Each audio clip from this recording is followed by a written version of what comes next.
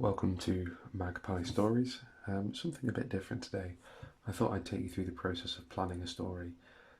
So obviously really important that you have paper and a pen. I tend to find these pens that I'm using here are just dead comfortable to write with. So I came up with an idea for a 3-part short story, actually driving home from work. So no title as of yet, but certainly 3 parts. It's going to involve an old man reminiscing on his past, and the first section will primarily be his youth and sort of what he got up to, why the story is centred around him up to his late teens. It will show early stages of corruption because as usual, this is going to be a slightly twisted story. The next part will take us through from him being a young man, primarily based at a university, and at this stage I hadn't decided exactly where that would be, and the process of him thinking that he's invulnerable, cannot be beaten, and the final part of the story is going to be from him displaying the worst side of his nature, everything that's gone wrong up to this point, and has made him the reprehensible human being that he has so far. So here I am developing stage 1, and this primarily will be done via the use of flashbacks. So we're going to start with him as an old man. He's going to be in hospital, very, very sick, and looking back over his life. We're going to meet him, as I've put here, meet him dying. Very important because I've written it in red. And for a change, I'm going to have a go at writing this in the first person. And I made a little note to myself here. Think about this in terms of the famous horror writer from Britain called M.R. James. If you've not read any of his stuff, I really recommend that you check him out. Some of it's fantastic. I wanted this to be very much in the confessional vein, so I haven't yet decided whether he is going to be sort of leaving behind a record of what he's done or speaking to a family member.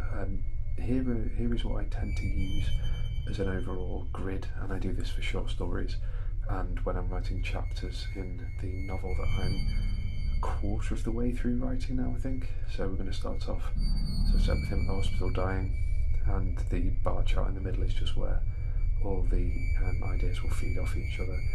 So just trying to remember what I've put here. Oh yes, so basically it's going to be starting with him at a hospital dying, and then we're going to look all the way through to him entering the history or archaeology department of a university. I'm not going to explain why that's important just yet, you'll have to read the story there. So for want of a better word, I'm going to call the sort of deus ex machina of this entire story dead speak, essentially being able to communicate with the dead, and it's going to turn out to be quite a negative experience for him. I thought maybe the first person he could speak to would be his grandfather, who I don't think would realise he was dead. Here's one of the key plot points that I was going to base this around, is that he had quite a positive experience up until ECT was used on him to treat his mania, for want of a better word, and I realised that actually I needed to do a little bit of research as to when and where ECT was developed, so we'll see a bit of that later on, but that's going to be important in terms of the setting of the story, because at this point I hadn't quite decided where that was going to be. A little bit of a thought break there. I tend to also, when I'm planning, is to write some keywords. So towards the beginning of the story, as you can see, I've got off that line there. I want him to be safe and secure. I wanted him to be from a rich family. I think the firstborn son, somebody with a lot of gravitas and import in society, especially for traditional families. Here I'm adding some extra notes about the grandfather. Wanted him to have died in the First World War. You'll notice with a lot of my planning, a lot of it is very back and forth, up and down, side to side. And then just a note here for me to think, well, when am I going to set this? Maybe the 30s or the 40s. And you'll have to read the story to find out exactly where I have set this exact story. I'm also putting a note here as I've realised that actually, if he has got this gift of speaking to the dead, he's going to use it as a way of getting what he wants. So instead of helping people, he's going to be very much to help himself, and that will layer into that theme of corruption that goes throughout these three stories.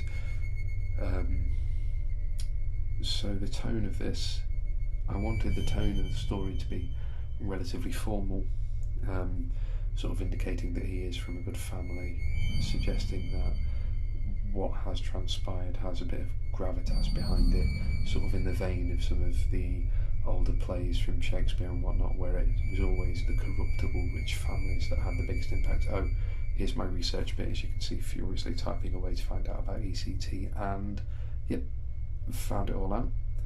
So that now is quite useful. So I go back to my notes and realise that it was New York where ECT was first used in the States, by a guy called Max Fink, if I remember to catch up with myself here. Yeah.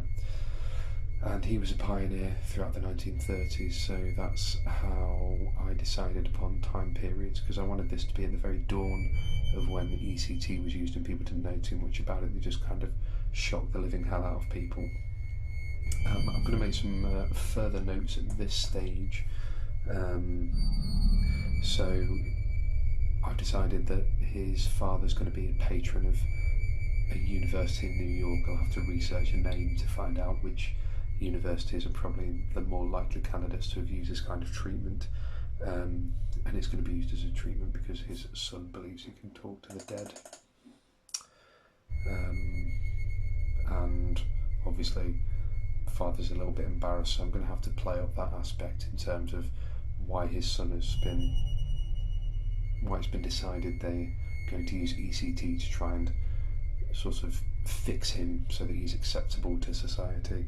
I want to make this happen in the summer somewhere in the 1930s, and going back to the grandfather, I want his first memory, that's our main character's first memory, to be talking to his grandfather, not realising that he's dead, and his family wondering why he's talking to these people, also kind of freaked out that he knows certain things about the family and where they live that really he shouldn't know, and that this ECT is going to be used as a kind of treatment to fix him.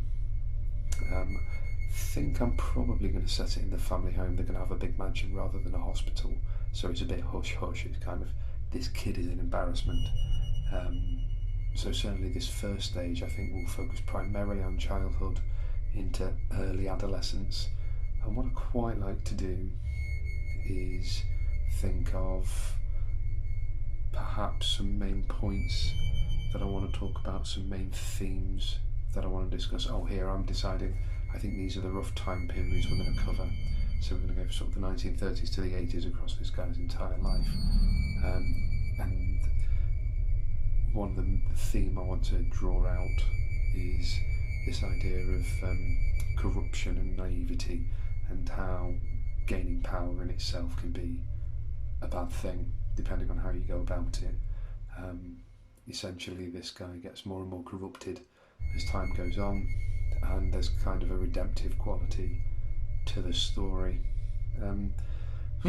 Before I start writing, I like to come up with a key line, if you like, which I'm going to explore here, which is an idea, a key aspect of the chapter or the short story that I kind of want to draw upon, really. So here I am thinking about what this might be, and now I've picked up the blue pen of destiny, and I'm quite happy with this one, which says, my future had been written, black voices inking the pages of my life.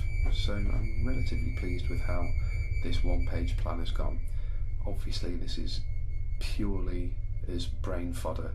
The main part of writing I've found is actually the physically typing, and then the glorious world of editing, where you find out you've written some unique variants of English. And that's about it for this video. So all remains to be said is, I hope you had a pleasant time watching. You'll hear from me again soon.